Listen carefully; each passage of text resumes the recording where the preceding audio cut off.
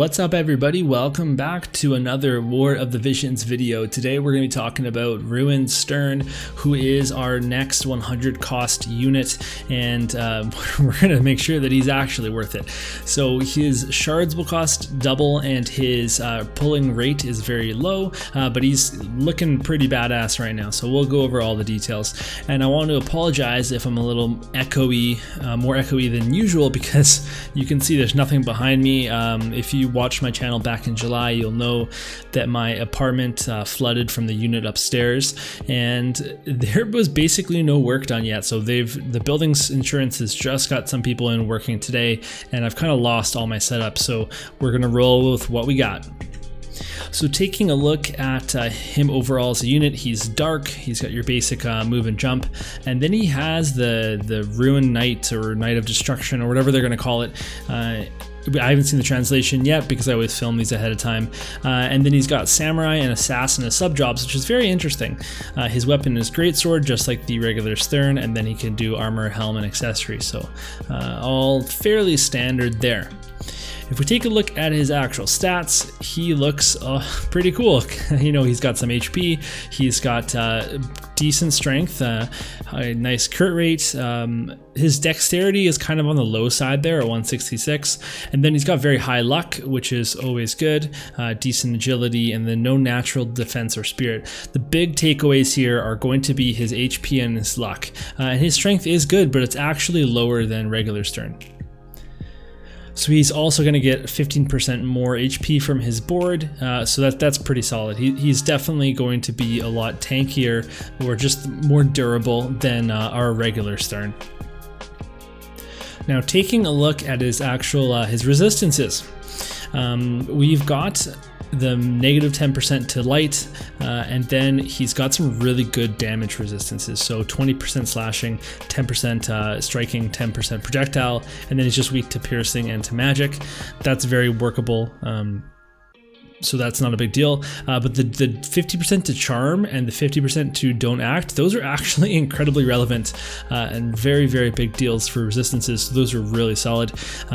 He gets a TMR armor that has good defense, or sorry, good HP, okay defense, and then some crit rate. That's all very good. And then his actual TMR skill is amazing. It's increase attack resistance to up to 35 for 3 turns. So again, making him very likely to be a durable bruiser type unit.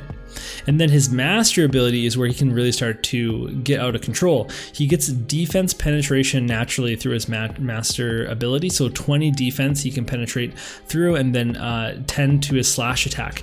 So this is going to make up for his strength being a little bit lower than regular Sterne, and then you will see there's even more coming in his kit. Like it's absolutely crazy. So now we're going to take a look at his support abilities, and you can see the first one is unique to his job, and it's essentially our classic soldier support ability that's going to decrease all of your resistances and then increase your attack. However, this actually reduces your resistances less than the self-sacrifice that the soldiers usually use. That goes down to 8% minus off of all of those resistances, and this goes all the way down to 5%, so it's even better than the soldier version of this skill. And then otherwise he's going to get Blade Soul, Evasion, and Acquired AP Up, and these are all very solid skills. I think the Acquired AP Up definitely appeals to me. I've become a very big fan of that since it works on TP skills now, but also he's going to be quite evadey with that high luck, and the Blade Soul, Evasion Plus are definitely some really interesting options if you wanted to go of more of an evadey build. For his counter abilities, he's got his own special counter that counters all damage and increases his slash attack, because why not buff him more? So if you get this off, then you're already going to have 35 slash attack up from master ability and from this, plus whatever weapon you have, you're going to be doing a ton of damage. He also has the 2 abilities from Samurai and from Assassin, but I mean honestly, the Evil Gaze that he gets from his Knight of Destruction or whatever you want to call it, that just looks absolutely amazing. I would definitely want to run that if I were able to get him, which I won't be because I'm not going to pull for him. Spoiler alert. Now, taking a look at his main kit, this is what he's going to get no matter what you do with his sub job. He gets Might Break which will actually have an incredible range there. I forgot how many panels that is because this is a screenshot. It's not that strong, but again, he's a strong unit, so it's going to be fine. But it actually decreases the opponent's attack, which is just this really, really solid debuff to have. And obviously that's a pretty significant amount, 43%. He gets his own buff that's going to increase his attack and increase his accuracy. And that's actually important because his dexterity is low. So dexterity is important for accuracy, so it's good that he has a buff for that. And it's not a very expensive TP skill, which is bad, just because he's not going to generate very much AP from it at all.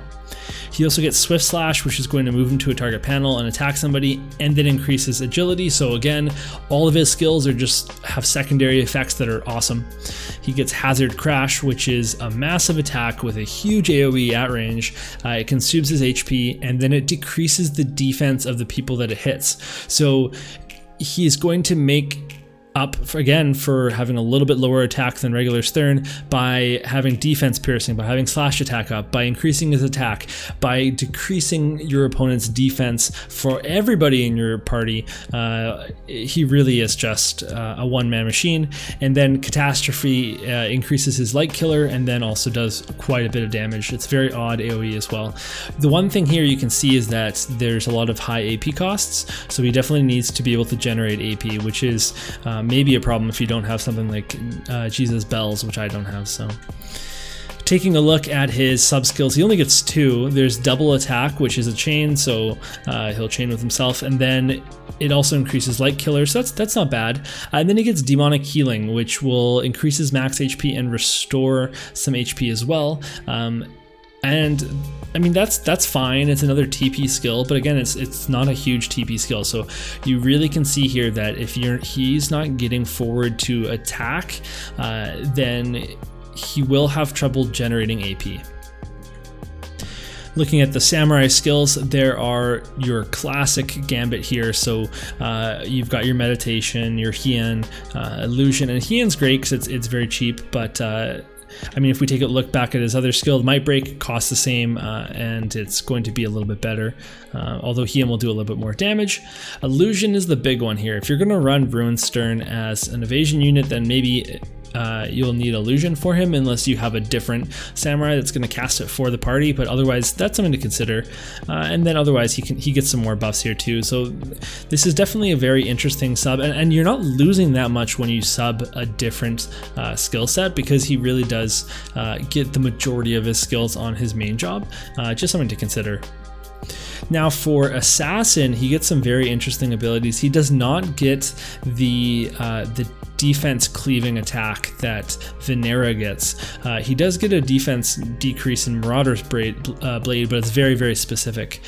He gets the pillaging blade to kind of mug, which is cool. He gets the poison attack, he gets bind, and then C's AP is very interesting as well. But when you're looking at this overall, there's not a ton extra here that he needs over his main kit. So I think you will use his main kit or samurai, because you're going to get access to more TP skills that way, and you're going to get access to some more evasion or some more damage depending on what you're doing. So I don't see Assassin being as useful, but again, I mean, there's always a reason to run something in this game, so there's some theory crafting to be done. Okay, so we're looking at his LB next, which is called Destruction Fang. It's very cool because it has a good range, and then it also absorbs HP from its damage. So just another way for him to survive if he can get this off, but it is incredibly expensive for AP cost. So I think AP is going to be the name of the game here for him, and that's why that acquired AP up is going to be so important, unless you have extra methods of increasing his AP. So let's actually compare him now to other units, and we're going to start with Sterne, because look at these guys. It's like they're the same guy, and you can see right off the bat the massive increase in HP. So he's 800 HP higher than Sterne, but then you can see where his strength is about 40 lower. So Sterne does have that advantage. But like we said, Ruined Sterne just makes up for it in his kit. He gets so much slash attack. He gets so much defense penetration and defense decrease that, I mean, he more than makes up for having less strength. And then that luck is just amazing. So they're actually pretty comparable in luck and agility, and they don't have the extra defense or spirit. You can see that his dexterity is a little lower, the Ruined Sterne. But the other unit I chose to compare, and I always get, people get on me about who I choose to compare, but I mean, there's only so many units, and I'm just gonna pick ones that are relevant. And I think that Orlando is a good comparison because they're going to fill a similar role of decreasing defense, trying to tank bust, trying to attack with the range and with some AoEs. And I think that if you are playing a sustain team, then Ruined Sterne could sub out your Orlando, or if you're going for kind of a bruisery type squad, then Ruined Sterne could complement Orlando quite a bit. They could work together to do a lot of damage, and they're similar in that they do high damage but have a good survivability. So I thought for sure that these guys are kind of a good comparison. So you can see they both have the same, like, similar HP, and that Orlando and they both have lower strength than Sterne, but both have ways to make up for it. They have defense decreasing, etc. And then the crit rate and everything. So they are pretty comparable. Ruined Sterne's going to be a lot faster than Orlando, but Orlando has that natural defense. It makes him a little bit tankier. So you can see that you're just getting a lot of value for Ruined Sterne. Like, you're getting a ton.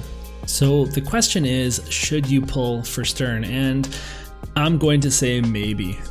I know it's such a cop-out, but he's just so situational. I don't think that a lot of people will be able to pull him because his rate is so low. If you don't have a lot of Visior, then you can only really do a few pulls before you get to a point where if you do pull him, you're going to be totally unable to buy his shards, which again cost double. So this really is going to be a place where people ruin their progress by wasting all of their Visior. And I mean, it's subjective. You might not be wasting your Visior, you might get some other stuff that you need, etc. But you have to be really careful with this guy. I'm definitely not going to pull for him, because even if I did get him on 2 pulls with incredibly good luck, I wouldn't have enough Visior to actually max him or get close to it during the event, and then you've got a very, very slow progress to be able to max him from that point on. So is he worth pulling? Yeah, he's incredible. He's very, very good. His kit has so much going for it. All of his skills do secondary things. He's got some really good stats. He's got survivability. He's got everything that you would really want in a character, but he's just going to be really hard to pull. And I think that unless you have a lot of Visior saved up, unless you are willing to spend money or already spent money to get Visior, then I don't think that he's worth the average player chasing, unless you're ready to get your heart broken. So I'm really gonna suggest him only to spenders or people that are committed. And now there is one other category of person that could go for this, and that's people that love Sterne. So when we take a look at my little chart here, you can see in the yes categories, you have lots of Visior saved up. You can buy more. He would massively improve your team. So like, if you don't have a dark slasher somehow, you don't have a slasher somehow, then yeah, Ruined Sterne is great for your team. And if you just love Sterne, if you just want this character, you think he's the coolest, then you can work on him for as long as it takes, and you can be very happy with him because he's going to be incredible. He's going to be worth the investment, but it's going to be quite an investment, and you have to have the patience to see it through. I know some free-to-play players that have a level 99 Gilgamesh, and they're in Cloud 9, but that took so long and it costs you so much progress in terms of Visior that could be spent elsewhere. So under the no column, you can see if you don't have a lot of Visior saved up, if you're free to play and have 0 plans to ever spend, and if you already have a ton of dark slash units, then you might also consider not going for Sterne. Even if you have the means to, you might think, well, I'm already stocked on that, let's go for the next unit. Because I think that except for some incredible spenders, there's no one that goes for like every single consecutive unit. So there is a reason to hold off on him when we have great units coming up, and there's definitely a rationale for that. So that's going to be it for the video. I know that I'm going to get some comments about people saying like, yeah, you can't recommend not to pull him, he's so good, and I agree, but I'm not going to pull for him, and I don't think that the majority of players are going to either or should pull for him. So let me know if this was helpful to you, and let me know how the audio sounds, because I can try to do something with the space until all the construction's done. But otherwise, we'll see you soon. We got the half anniversary coming up, and I can't wait to see what the news brings on Sunday night, if there's any other surprises for us.